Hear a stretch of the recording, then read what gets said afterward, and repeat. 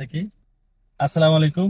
আমরা এখন দেখবো যে গাড়ি একবার শুরুতেই কিলা চালাইতাম। প্রথমে গাড়ি আমি স্টার্ট দিয়ে রাখছি, আগে আগে সিট বেল্ট লাগাইলাম। সিট বেল্ট লাগানোর সময় ও বামার দিয়ে ধরলাম, ও ডাইনে দিয়ে ওটা টান দিলাম। এটা হলো ও সিট বেল্ট লাগানো একবার প্রপার তরিকা। ও ধরে সিট বেল্ট লাগাইলাম, গাড়ি স্টার্ট দেওয়া আছে, ক্লাচ করলাম, 1 নম্বর গিয়ে লাগাইলাম। এরপরে ঠিক চলার আগ মুহূর্তে ক্লাচ হ্যান্ডব্রেক নামানো। যেহেতু আমরা বাম দিকে যেতাম, প্রথমে চালাইতে কিন্তু স্টার্টিং লাগছে না। তখন প্রথমে হইলো মুখো বাইয়া ডাইনে দেখলাম, বামে দেখলাম, বামে সিগন্যাল দিয়া রাস্তা করে উঠলাম।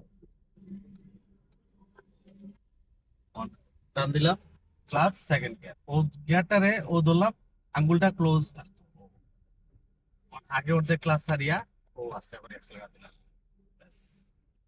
গাড়ি চলতে সময় যদি গাড়ি ধাক্কা মারে, গিয়ারে গাড়ি চালানোর কারণে যদি গাড়ি ধাক্কা মারে, তাইলে ড্রাইভার বাদ, সোজা কথা। ড্রাইভারও পরিচয় হইলো অনেক বেশি চালানি মাঝে না। যখন চালানি শুরু করে তখন আসলে ও 1-2 মিনিট, প্রথমে 1-2 মিনিট যদি পালা চালাই, তাহলে বাকিগুলা পালা চালাইবে। আমরা দেশও ড্রাইভিং লাইসেন্সের পরীক্ষা নিতে হলে 1 নম্বর গিয়ার আর ব্রেক গিয়ার, ও দুইটা গিয়ারও যদি কেউ পালা চালায় গাড়ি, তাহলে বাকি অটোমেটিকলি পালা।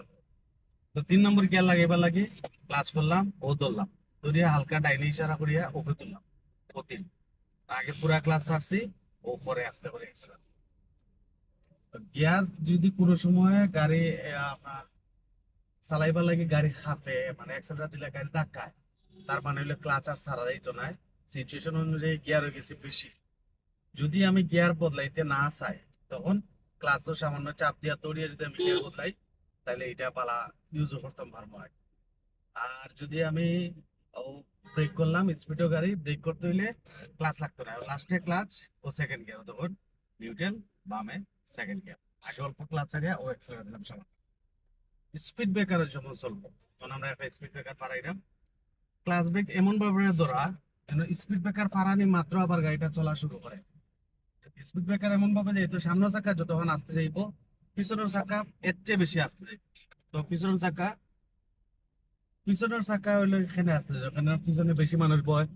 তারপরে গ্যাসও সিলিন্ডার আছে, আর বয়স্ক মানুষ বেশিরভাগ পিছনে বই। তারপরে হইলো কি আরো মাল সামানা রাখা হয়, মানুষ বেশি বই। তো সামনের চাকা যতক্ষণ আসতে যাইবো, পিছনের চাকা অতক্ষণ আসতে যাইব। অনেকে তো এমন ভাবে গাড়ি চালায় যেমন লাগে সামনের চাকা ও গাড়ির, পিছনের চাকা আরেক গাড়ি। এলা এখন তা নাই।